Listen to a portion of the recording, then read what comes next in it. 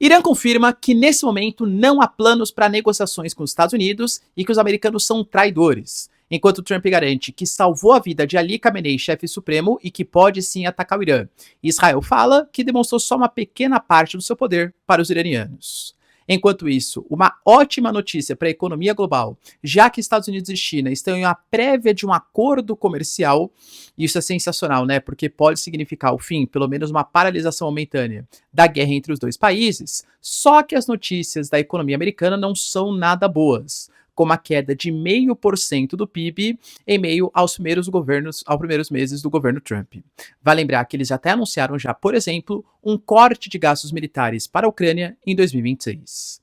Enquanto isso, Ursula von der Leyen garante que é a chefe da Comissão Europeia, que já está mais do que na hora da Ucrânia entrar para a organização, mas eu diria que nem tudo foram flores nessa cúpula da União Europeia, visto que o Pedro Sánchez, por exemplo, que é o chefe de governo da Espanha, garante que não se sente confortável em aprovar novas sanções contra a Rússia, enquanto a União Europeia continua mantendo relações econômicas com Israel.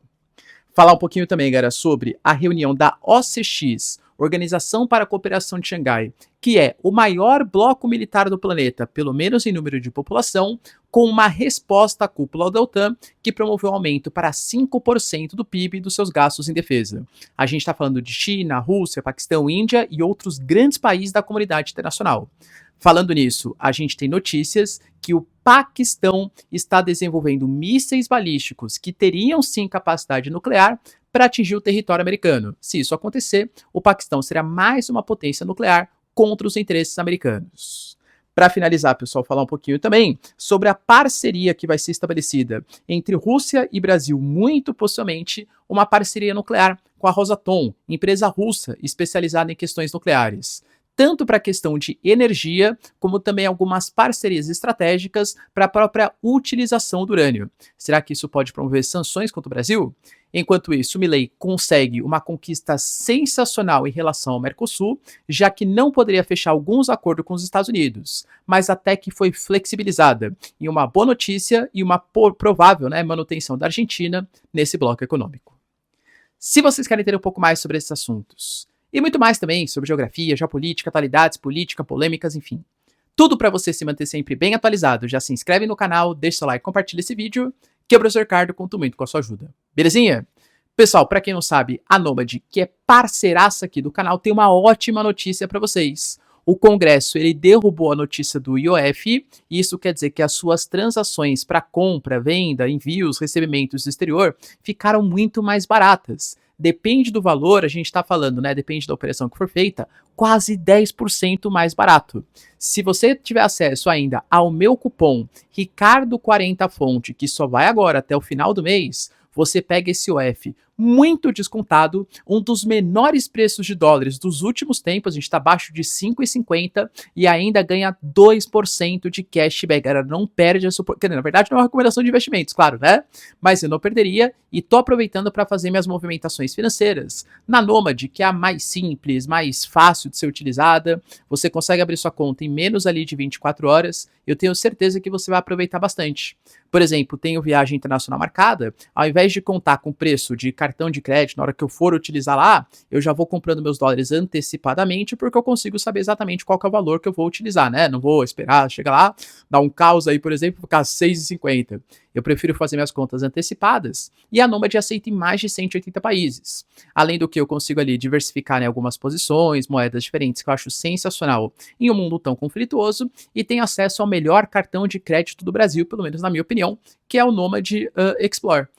Utilizando ele aqui para pagar conta de luz, conta de água, restaurante, etc., eu vou tendo acesso a cashback atualizado, montando minhas posições e uma série de outros benefícios que o cartão Nômade e Visa podem te oferecer. Então, pessoal, link na descrição, usa o QR Code aqui na tela e o cupom Ricardo40Fonte e tem acesso à maior e melhor conta internacional do Brasil, aprovada por mais de 3 milhões de brasileiros e só subindo, galera, só subindo. Tamo junto? Então, bora lá pro vídeo, ó. Como eu trouxe para vocês na introdução, de fato, pessoal, o Irã anunciou que não tem plano de negociar com os Estados Unidos. O Irã considera que os Estados Unidos traíram a confiança dos iranianos, já que Irã e Estados Unidos estavam negociando com o Oman, inclusive, sendo mediador. A gente estava indo para a quinta ou para a sexta reunião entre os dois países, e os Estados Unidos atacaram o Irã, principalmente depois do relatório da AIA, Agência Nacional de Energia Atômica, que deliberou ali que o Irã estava enriquecendo urânio acima do permitido, acima de 60%, em uma escala que já poderia produzir 9 ou 10 armas nucleares. O Irã, ele reclama tanto do relatório da IA, alegando que o relatório não deixou explícito, deixou um pouco implícito, uma mensagem subliminar, parece, que não encontrou nenhuma prova de desenvolvimento de armas nucleares, e o relatório foi utilizado por Israel e pelos Estados Unidos, fazer o que eles chamaram ali de ataque preventivo, né? Tanto que o Irã falou que não negocia com os Estados Unidos e também se retirou da IA, falando que não vai permitir vistorias internacionais do órgão da ONU para saber sobre o programa de enriquecimento de urânio e tudo tal, até alegando também que Israel, por exemplo, é um país que tem capacidades nucleares, não faz parte do TNP e não permite vistorias internacionais. Então, por que o Irã deveria permitir também? Segundo, claro, o regime iraniano. E aí o chanceler ele foi explícito, colocando que especulações sobre um possível acordo com os Estados Unidos não devem ser levadas a sério. Não há plano nenhum para negociar agora. O próprio Ali Khamenei, por exemplo, o chefe supremo, colocou que eles não ganharam os Estados Unidos nada com seus bombardeios. Inclusive a vitória foi nossa, considerando um tapa na cara dos Estados Unidos. É que nem eu falo, né, galera? Numa guerra, cada um conta a sua narrativa, claro. Como a gente não tem certeza da precisão dos ataques, os Estados Unidos falam uma coisa, a agência de inteligência fala outra, depois muda, o Trump xinga repórter porque falou que o ataque não foi tão efetivo, falou que são repórteres antipatriotas porque estão desdenhando dos pilotos americanos, estão querendo manchar a figura do Trump. Se vocês tiverem interesse, cara, pesquisem sobre a entrevista do Pete Hegseth. Ele, assim, falou muito mal com uma repórter, colocando que eles fazem questão de, só por questões políticas, desmoralizar o governo Trump, só que, na verdade, eles estão desmoralizando, segundo o Pete Hegseth, o próprio Estados Unidos. Então há dúvidas sobre a efetividade, se foi efetivo, se não foi, enfim, esse ataque dos Estados Unidos. Mas que atrasou, isso com certeza atrasou. Até pela morte de quase 30 generais, os principais cientistas, a própria instalação em Natanz, Fordow, enfim, teve foi pelo menos atrasado, né? O próprio chanceler ele tinha garantido isso, que os ataques eles foram de fato bem pesados, que danos importantes foram trazidos ali para as instalações nucleares. A Caroline Leavitt, que é a porta-voz do governo Trump, falou que governo autoritário, assim, tem que passar uma certa imagem falsa para a população para justificar as suas atitudes.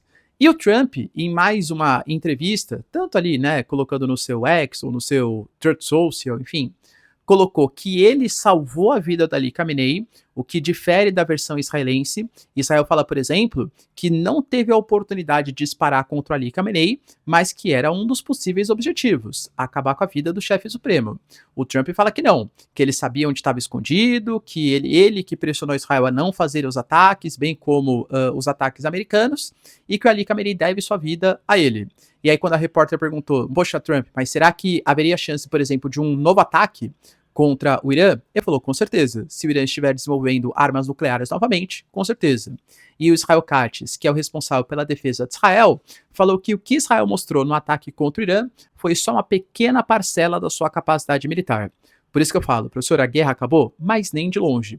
O que a gente teve foi uma paralisação momentânea, mas assim que o Irã voltar com seu programa nuclear, que eles alegam que tem direito, pelo menos para fins pacíficos, segundo eles, possivelmente teremos uma revida, não exatamente, um renascimento, né? Um renascimento aí do conflito entre Irã e Israel. Enquanto isso, galera, China e Estados Unidos anunciam uma ótima notícia, começou pelo governo Trump anunciando, mas os chineses também admitiram que foi não exatamente uma paz, mas pelo menos o início de um princípio de um acordo.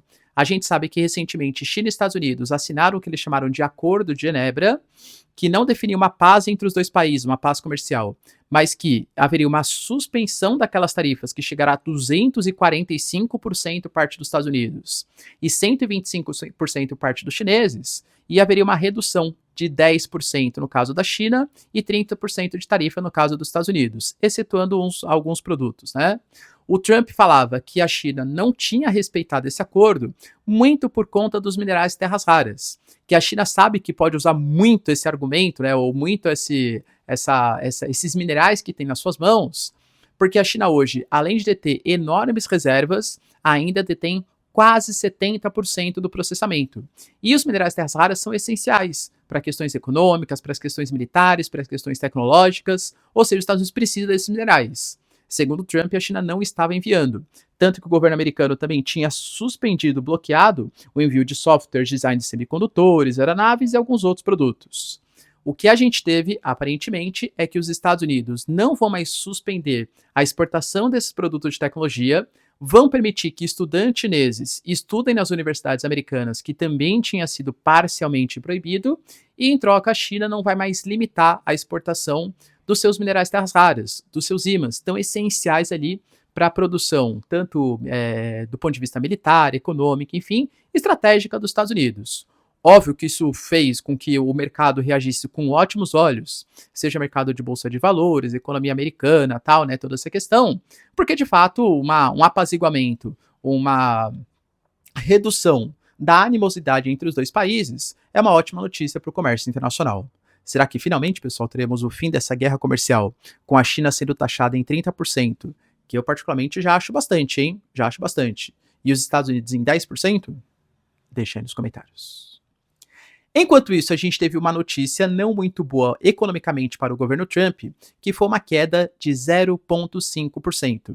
E isso era acima, ou abaixo, né, no caso, das expectativas do mercado americano. A gente teve, por exemplo, né, a última estimativa dava conta de queda de 0,2%, e agora a queda sobe ou desce para 0,5% do PIB.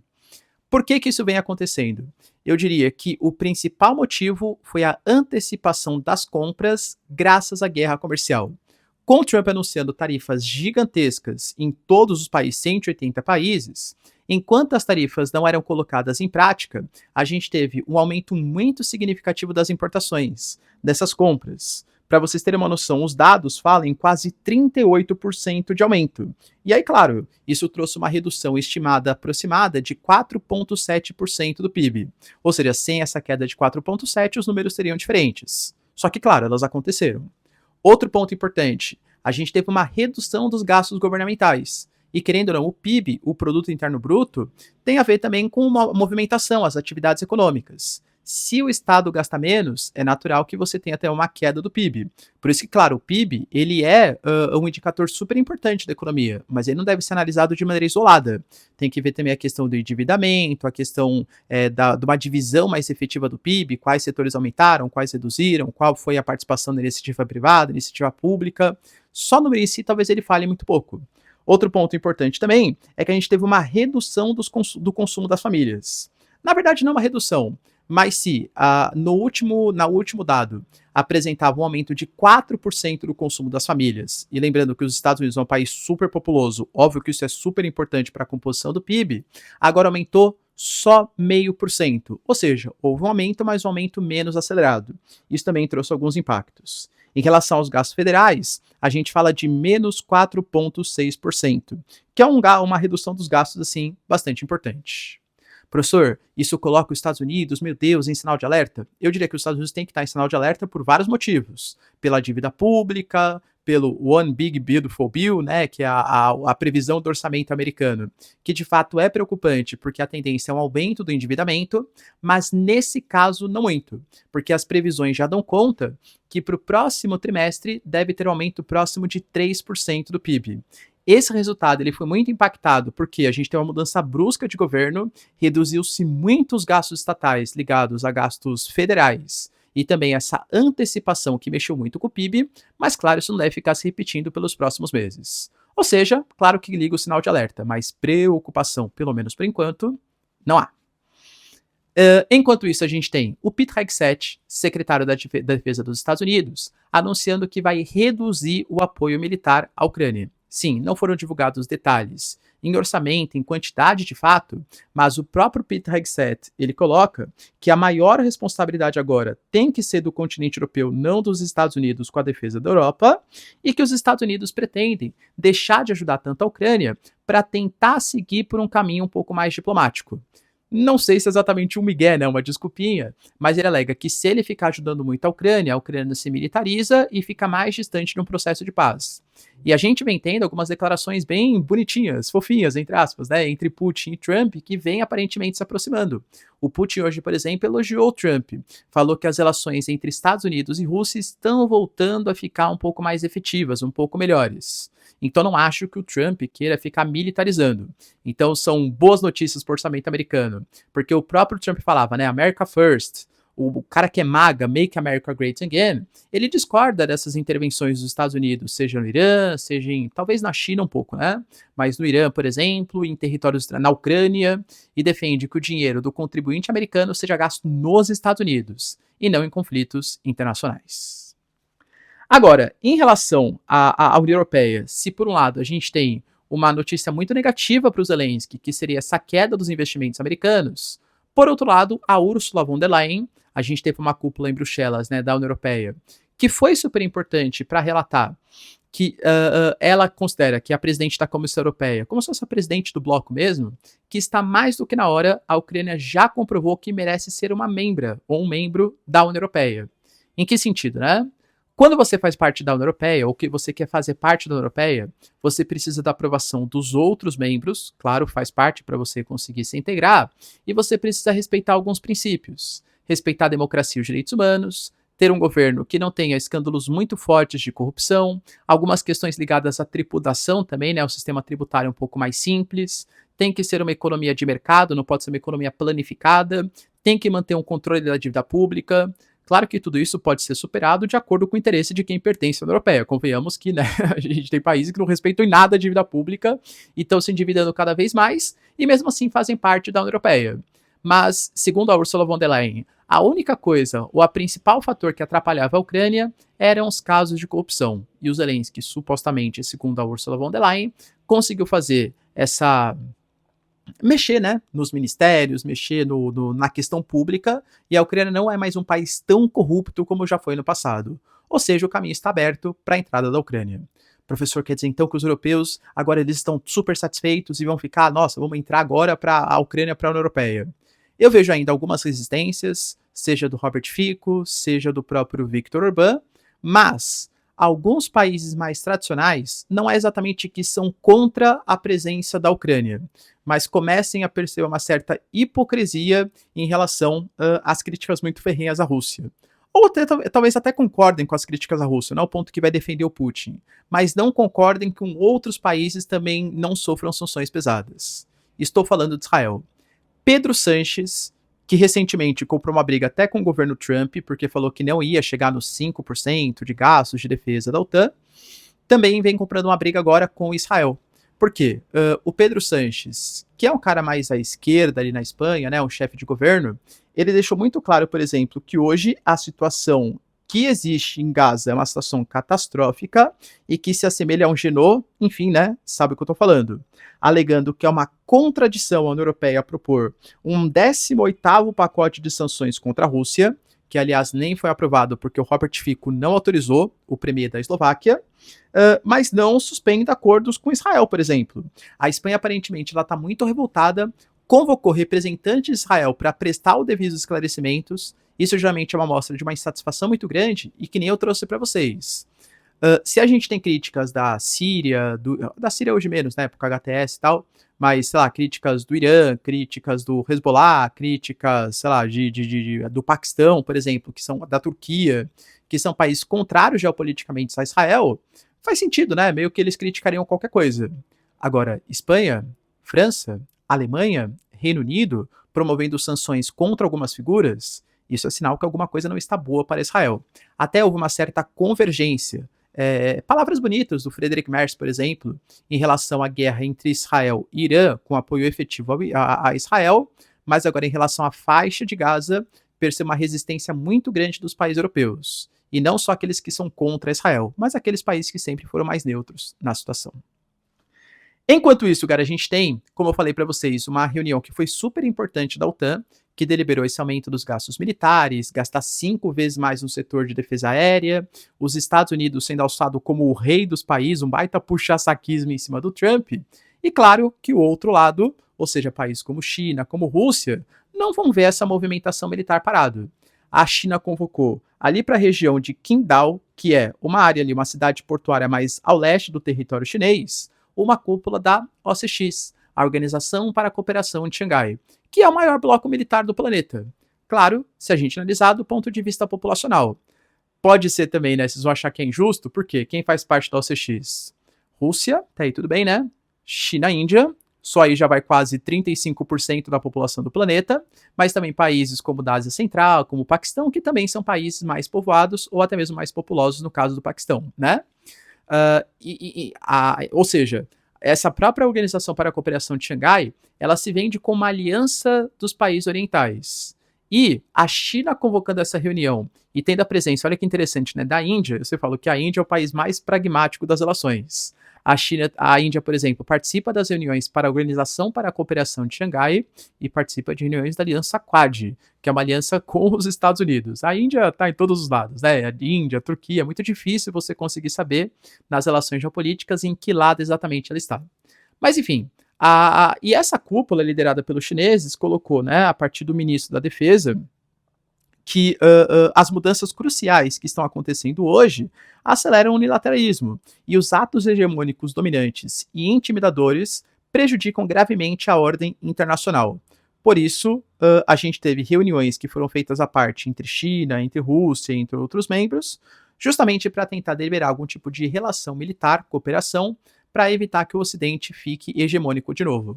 Mais uma vez ressalto, hein? A OCX prometendo um aumento da cooperação, uma militarização, o Oriente Médio a mesma coisa, os Estados Unidos, ou seja, o mundo está descredibilizando as instituições internacionais como o ONU, o Conselho de Segurança, a AIA, o TNP, e vem se armando cada vez mais. Eu acho uma receita particularmente perigosa. Enquanto isso, cara, a gente teve também algumas notícias que foram divulgadas por mídias americanas que preocupam os Estados Unidos. Tentando arranjar, né? Claro que a geopolítica é muito mais complexa do que isso. Mas, sendo Índia e Paquistão inimigos, a Índia, ela claramente tem uma relação forte com os Estados Unidos, por mais que também tenha uma relação forte com os russos, e faça parte do OCX, por exemplo, que eu falei, a Índia é complexa, mas o Paquistão não. Não que o Paquistão não tenha relações com os americanos, claro que tem, mas o Paquistão, principalmente nos últimos anos, aumentou muito sua parceria com os chineses. E o Paquistão, a gente sabe que é um país que tem as suas armas nucleares. Inicialmente, elementos só de dissuasão, principalmente contra a Índia, por conta de toda aquela disputa, da Caxemira, tudo tal. Mas, segundo algumas mídias americanas, o Paquistão estaria fazendo seus mísseis balísticos intercontinentais, claro, com capacidade de atingir os Estados Unidos. Tudo isso por conta de uma região ali do Índico-Pacífico, que é a região do Mar da China Meridional. Teoricamente, a China estaria ajudando, seja por meios financeiros, até meios tecnológicos, o desenvolvimento desses novos equipamentos do Paquistão, para ajudar os chineses em uma eventual contenção dos Estados Unidos. O Mar da China Meridional é uma região super estratégica, porque a gente está falando de uma região que conta com cerca de 1/5 da pesca do planeta, 1/3 do comércio internacional, grandes reservas de gás, grandes reservas de petróleo, e a gente sabe que os Estados Unidos têm forte interesse ali, com parcerias com a Coreia do Sul, com o Japão, com as Filipinas, a ilha de Guam próximo do território do Pacífico, a aliança AUKUS, Austrália, United Kingdom, Reino Unido e Estados Unidos, para conter o avanço dos chineses, o que eles consideram, claro, como avanço dos chineses. Então o Paquistão pode ser mais uma potência nuclear. Quer dizer, potência nuclear já é, né? Mas com alta capacidade de ataque. E é claro, a própria mídia americana colocou que os Estados Unidos consideram que qualquer país que não seja um aliado dos Estados Unidos e que tenha uma arma com capacidade de atingir o território americano, pode ser considerado como um inimigo geopolítico. E olha que no conflito, hein, recente que a gente teve aí entre Índia e Paquistão na Caxemira, os paquistaneses demonstraram uma tecnologia militar bastante grande. Enquanto isso, Brasil e Rússia podem estar próximos a fazer um grande acordo nuclear. Na verdade, já existe o acordo nuclear. A Rússia, por exemplo, tem a sua empresa Rosatom, que é uma das maiores do planeta em relação a enriquecimento, venda, processamento de urânio. E, por mais que seja uma empresa russa que é sancionada pela comunidade internacional, ela também tem ações em vários países do mundo. A gente fala, galera, de uma quase 100 bilhões que a Rosatom recebe de dólares só em receitas externas, incluindo países que praticam sanções contra a Rússia, como, por exemplo, os Estados Unidos. Ou seja, se você vem pelo limiar, né? Ah, mas o Brasil não pode negociar com a Rosatom porque o Brasil vai se aliar ao Putin, que é mais autoritário, enfim. Cara, então os americanos se relacionam, tá? Então talvez não vá por esse caminho. Se você quer discordar, vá por outros, vamos colocar assim, né? E o que a Rússia quer oferecer pra gente? O que eles estão chamando de usinas flutuantes. Inicialmente para a Amazônia, mas para qualquer território que possa vir a ter. A Rosatom, ela já firmou no comecinho desse ano, por exemplo, uma parceria com o Brasil para exploração, processamento da mina de Caetité, que é a mina mais explorada do Brasil no território da Bahia. Lembrando que o Brasil tem, dentre as 7 maiores reservas de urânio do planeta, temos uma boa capacidade, inclusive, de enriquecimento de urânio, mas não o fazemos. Penso eu que é um erro estratégico do Brasil. E até um certo preconceito, falta de conhecimento da população brasileira, que vê sim com grande resistência programa nuclear no Brasil. Então o Brasil tem um potencial muito grande de reservas de tecnologia, mas não explora todo o potencial que a gente poderia utilizar, essa é a grande verdade.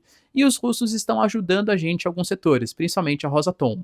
Vendo que existem algumas regiões que são muito isoladas, sem acesso à energia, e energia é fundamental nesse mundo que a gente está vivendo, seja pela questão da inteligência artificial que consome muita energia, seja para trazer mais acesso a medicamentos, inserção social, né, comunicação para regiões mais isoladas, a Rosatom tem essas usinas flutuantes que considera colocar na Amazônia.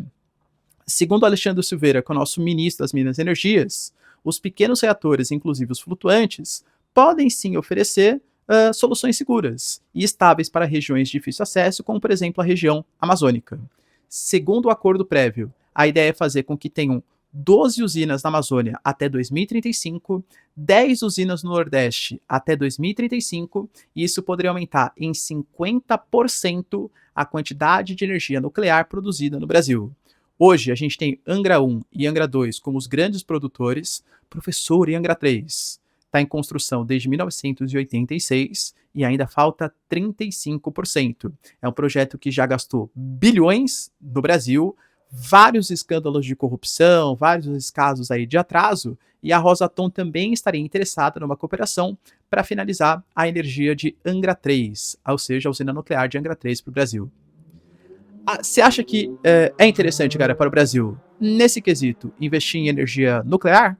Ou será que existiam outras formas de energia? Lembrando que dentro do contexto da energia nuclear, existem problemas como a possibilidade de acidentes, como os resíduos que são gerados, é fato, né?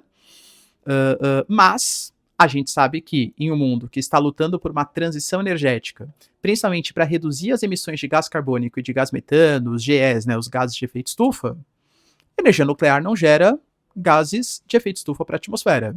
Acha que poderia ser uma boa solução para o Brasil? Deixa aí nos comentários. E para finalizar, pessoal, a gente teve uma notícia bem importante também relacionado à Argentina.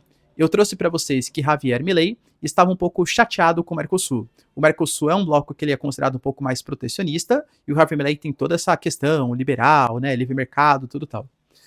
Ele cogitava até mesmo sair do Mercosul porque ele tem uma vontade de fechar uma parceria com os Estados Unidos, uma parceria de livre comércio junto aos americanos.